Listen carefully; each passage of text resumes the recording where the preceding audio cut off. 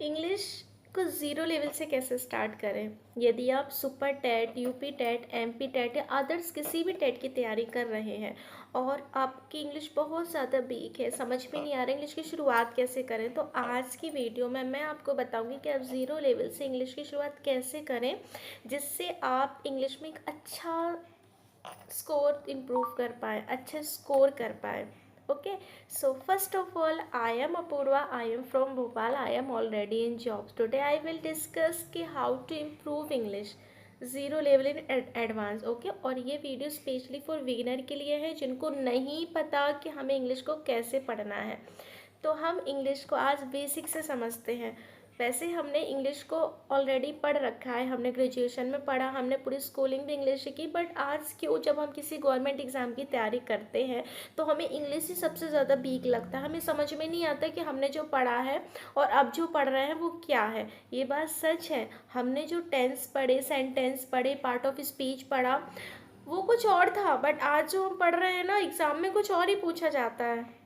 I agree, जो हमें school level में पढ़ाया गया, noun, pronoun, tense, sentence, antonyms, synonyms, अब वैसा नहीं है। अब जब हम गवर्नमेंट एग्ज़ाम की तैयारी करते हैं तो उसकी जो इंग्लिश है वो थोड़ी सी हाई लेवल की है। मैं बोलूँ तो वैसी चीज़ें नहीं पूछी जाती जो हमें स्कूल लेवल पे या कॉलेज लेवल पे हमने पढ़ा है। बट आज की वीडियो बहुत ज़्यादा हेल्प करेगी आपके लिए, क्योंकि आज मैं आपको बेसिक से चीज़ों को बताने वाली हूँ। यदि आपको बिल्कुल भी नहीं पता कि इंग्लिश को पढ़ना कैसे है, इंग्लिश को सीखना कैसे है, इंग्लिश में हम क्या चीज़ पहले पढ़ें, तो आज की वीडियो बहुत ज़्यादा हेल्प करेगी आपको। तो वीडियो को लास्ट तक देखना, जिससे आपको पूरी इन्फॉर्मेशन इस वीडियो में मिल सके। ज़ीरो लेवल की शुरुआत करने से पहले हम एक चीज़ क्लियर कर लेते हैं कि हमें रीडिंग आती है, हमें राइटिंग आती है, बट हमें ग्रामर नहीं आती है। और एग्ज़ाम में ग्रामर ही पूछा जाता है। और ग्रामर को हमें शुरू कहाँ से करना है? ग्रामर को हमें शुरू करना है सेंटेंस से। बहुत सारे टीचर्स कहते हैं कि पार्ट ऑफ स्पीच से शुरू करो, बट मैं आपको बोल रही हूँ कि आप सेंटेंस से शुरू कीजिए। सेंटेंस से जब आप शुरू करोगे तो आप सेंटेंस बनते कैसे हैं, सेंटेंस होता क्या है, सेंटेंस का स्ट्रक्चर क्या होता है, जब आप ये चीज़ें सीख जाओगे, आफ्टर दैट आप फिर पार्ट ऑफ स्पीच स्टार्ट करना, तब आपको ज़्यादा समझ में आ आएगा। बहुत सारे स्टूडेंट्स क्या करते हैं, part of speech noun, pronoun से पढ़ना स्टार्ट कर देते हैं, बट इट्स मेथड्स रॉन्ग। आपको द सेंटेंस से पढ़ना है। सेंटेंस क्या होता है? सेंटेंस मीन्स टू से एक वाक्य क्या होता है। हम बोलते हैं this is my book, this is our school, this is our house, तो ये क्या होता है? ये सेंटेंस। और सेंटेंस की शुरुआत हम कैसे करते हैं? सब्जेक्ट हुआ, प्रेडिकेट क्या होता है, वर्ब क्या होती है, एडवर्ब क्या होता है, वो ये सब चीज़ें हमें तब पता चलेगी जब हम सेंटेंस को पढ़ेंगे। आफ्टर दैट जब हम पार्ट ऑफ स्पीच में पढ़ते हैं, पार्ट ऑफ स्पीच को हमें उठाना है कब? जब हमारा सेंटेंस कंप्लीट हो जाता है। सो हम क्या करेंगे? नाउन को पढ़ेंगे, प्रोनाउन को पढ़ेंगे, एडजेक्टिव को पढ़ेंगे। हम समझेंगे कि संज्ञा क्या होती है, प्रोनाउन यानी सर्वनाम क्या होता है, एडजेक्टिव यानी विशेषण क्या होता है, वर्ब यानी क्रिया क्या होती है, जो is, am, are, was, verb ये सब लगाते हैं, ये सब वर्ब है। और वर्ब भी टू टाइप्स की होती है। ओके, प्रीपोजिशन क्या होती है, ऑन का यूज़ कहाँ होता है, इन का यूज़ कहाँ होता है। तो हमें सिक्वेंस वाइज चीज़ों को पढ़ना, और ज़ीरो लेवल से शुरुआत तभी होती है जब हम चीज़ों को सिक्वेंस से पढ़ना स्टार्ट कर। ऐसा नहीं रैंडमली हमने टेंस उठा लिया। हमें टेंस कहाँ से समझ में आ जाएगा जब हमने बेसिक ही नहीं पढ़ा, जब हमें पता ही नहीं है टेंस में। जो अब हमसे कोई बोल देगा कि भाई इसमें ये आएगा, हम कैसे पता कर लेंगे कि क्या सेंटेंस है, क्या स्ट्रक्चर है? तभी मैं कह रही हूँ पहले आप सेंटेंस से स्टार्ट करो। सेंटेंस क्या होता है, सेंटेंस के फॉर्म समझो, सेंटेंस क्या होता है, फिर इसके बाद आप पार्ट ऑफ स्पीच पढ़ जाओ। पार्ट ऑफ स्पीच पढ़ने के बाद आप टेंसेस पढ़ जाओ, आपको ज़्यादा समझ में आएगा। टेंसेस पढ़ने के बाद जैसे मैं पार्ट ऑफ स्पीच में कुछ आपको टॉपिक्स बताती हूँ, जैसे कंजक्शन हो गया, इंटरजेक्शन हो गया, एंड हमारा प्रीपोजिशन हो गया। प्रीपोजिशन में बहुत मिस्टेक करते हैं स्टूडेंट्स, और बहुत ज़्यादा क्वेश्चंस हमारे प्रीपोजिशन से आते हैं, कंजक्शन से आते हैं, और डिग्री से क्वेश्चंस बहुत आते हैं। सुपरलेटिव डिग्री, कंपेरेटिव डिग्री हुआ, पॉजिटिव डिग्री हुआ, कुछ हमारे टैग वर्ड होते हैं। तो ये तब चीज़ें हमें समझ में आएंगी जब हम बेसिक से चीज़ों को पढ़ लेंगे। तो देखो, जैसे ये तो हो गया बेसिक से पढ़ना, हमें पढ़ना कैसे है, राइट। अब देखो, इसकी स्पेसिफिक बुक की बात करूँ तो बुक से आपको ज़्यादा समझ में नहीं आएगा। पहले मैं आपको बोलूँ, पहले आप यूट्यूब पर कुछ फ्री क्लासेस के वीडियोस देखिए। लाइक आप डियर सर को देख लीजिए।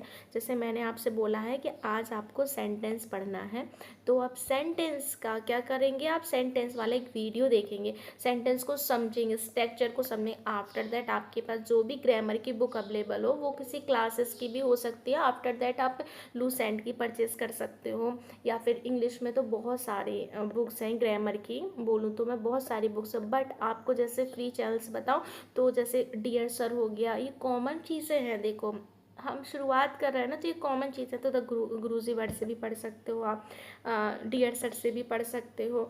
और फिर नीतू मैम, रानी मैम पढ़ाती है, बट थोड़ा सा उनका लेवल हाई है। उतना ज़्यादा आपको तब समझ में आएगा जब आपका बेस थोड़ा सा अच्छा होगा।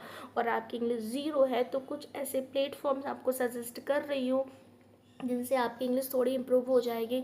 और गाइस, यदि आपके कुछ ऐसे टॉपिक्स है स्टार्टिंग वाले, जैसे सेंटेंस आपका कंप्लीट हो गया, टेंस हो गया कंप्लीट, पार्ट ऑफ स्पीच आपका कंप्लीट हो गया, तो आप मेक श्योर 50% तो इंग्लिश आप सीख ही जाते हो। और एग्ज़ाम में मोस्टली सबसे ज़्यादा एरर्स पूछी जाती हैं, एरर्स पूछे जाते हैं, क्वेश्चन टैग वर्ड आपको पूछे जाएंगे, तो वो सब आप तब कर पाओगे, एरर फाइंड आप तब कर पाओगे जब आपने चीज़ों को पढ़ा होगा। क्योंकि उसमें भी यही एरर्स होती है कि भाई प्रेजेंट में क्या है, पास्ट में क्या है, और सबके फॉर्म्स होते हैं, चीज़ें थोड़ी सी डिफ़िकल्ट होती हैं। तो मेरे कहने का मतलब ये है कि यदि आप इंग्लिश बिल्कुल भी नहीं आती और ज़ीरो से शुरू करो, तो सेंटेंस से स्टार्ट करो। इंग्लिश एक ऐसा सब्जेक्ट है, टीचिंग बोलूँ तो मैं ओवरऑल एग्ज़ाम में आता है। ओवरऑल एग्ज़ाम की बात करूँ, चाहे सी टेट हो, MP टेट हो, UP टेट हो, कोई भी टेट हो, इंग्लिश तो आएगा ही आएगा, चाहे वो कम नंबर का या फिर ज़्यादा नंबर का। अब मोस्टली स्टूडेंट्स की क्या रहती है डिमांड, कि उनकी इंग्लिश होती है वीक। इंग्लिश को मैं शुरू कैसे करना है, वो चीज़ हमें समझना है। वो चीज़ मैंने आपको बता दी कि आप ऐसे शुरुआत करो। एंड डेली आपको कुछ चीज़ों को फॉलो करना है। जैसे आप डेली कुछ वर्ड्स मीनिंग पढ़ो, कुछ सिनोनिम पढ़ो, कुछ एंटोनिम्स पढ़ो, थोड़ा थोड़ा वर्ड व सब्स्टिट्यूशन पढ़ो, जिससे आपको थोड़ा सा पढ़ने में समझ में आएंगी चीज़ें। क्योंकि वर्ड पावर बहुत ज़्यादा हेल्प करती है हमारे चीज़ों को समझने में। तो आप ये कि डेली थोड़ा सा मीनिंग पढ़ो, वोकैब पढ़ो, ज़्यादा से ज़्यादा वोकैब को पढ़ने की कोशिश करो, थोड़ा सा रीडिंग करो जिससे इम्प्रूव हो। एंड जो भी सेंटेंस बनाते हो तो उसको इंग्लिश में ट्रांसलेट करो, हिंदी में ट्रांसलेट करो, एंड समझो। पढ़ो तो ऐसे पढ़ो कि आप किसी को पढ़ा पाओ। तो ये होता है बेसिक्स इंग्लिश सीखने का तरीका। देखो बहुत सारे स्टूडेंट क्या करते हैं, रैंडमली पढ़ते हैं, बट उनको पता नहीं होता उसका मीनिंग क्या है। बस सोचते हैं कि 10 मार्क्स का आएगा, 15 मार्क्स का आएगा, 30 मार्क्स का आएगा, इतना तो हम गेन कर ही लेंगे। बट आपको पता है कि सारे सब्जेक्ट में से इंग्लिश बहुत ज़्यादा इंपॉर्टेंट है, और इंग्लिश हमें आना ही चाहिए। तो आप इस तरीके से इंग्लिश की शुरुआत कर सकते हो। इतना तो मैं आपको श्योर कर ही दूंगी, 101%, वन तो नहीं बोलूँगी, 100% बोलूँगी कि आप इतनी इंग्लिश तो सीख जाएंगे कि आप किसी भी एग्ज़ाम की तैयारी करोगे ना, तो आपको उसमें प्रॉब्लम नहीं होगी। इंग्लिश को लेकर आपकी कोई भी कन्फ्यूज़न नहीं होगी। क्योंकि मैंने खुद स्टूडेंट्स को पढ़ाया है जो कि उस लेवल के, जो ब्लेज लेवल के हैं, तो वो भाई उनका 10th क्लियर हुआ, 12th क्लियर हुआ, जबकि उसमें भी बहुत ज़्यादा ग्रामर आती है, टैग वर्ड्स आते हैं, बहुत सारी चीज़ें आती हैं। तो जब फिर आप क्यों नहीं कर सकते, आप तो उस अलग ही लेवल के हो, आप तो ऑलरेडी क्वालिफाइड हो, तो फिर आप तो वैसे भी कर सकते हो। तो बस कुछ चीज़ें ऐसी हैं जो आप स्टार्ट कर दीजिए, एंड इंग्लिश काफ़ी अच्छी हो जाएगी आपकी, मैं ये कह सकती हूँ। एंड देखो कोई भी चीज़ एक दिन में नहीं आती, हमें प्रैक्टिस करने के बाद ही चीज़ें समझ में आती हैं। और इंग्लिश और मैथ्स तो एक ऐसा सब्जेक्ट है, जितनी आप प्रैक्टिस करोगे उतनी ज़्यादा इंग्लिश अच्छी होगी, उतनी ज़्यादा मैथ्स अच्छी होगी। तो आप क्या करोगे, शुरुआत करोगे आप छोटे छोटे टॉपिक्स से, और डेली शुरुआत करोगे आप वोकैब से। वोकैब आपको पढ़ना है, सीखना है चीज़ों को, तो थोड़ा सा एफर्ट आपको डालना पड़ेगा, राइट। तो अब इंग्लिश से आपको डर नहीं लगना चाहिए, इंग्लिश की जर्नी को स्टार्ट कर दीजिए। मैं हूँ, अभी भी कोई कन्फ्यूज़न हो तो कमेंट सेक्शन में लिखना, मैं आंसर करूँगी उसका।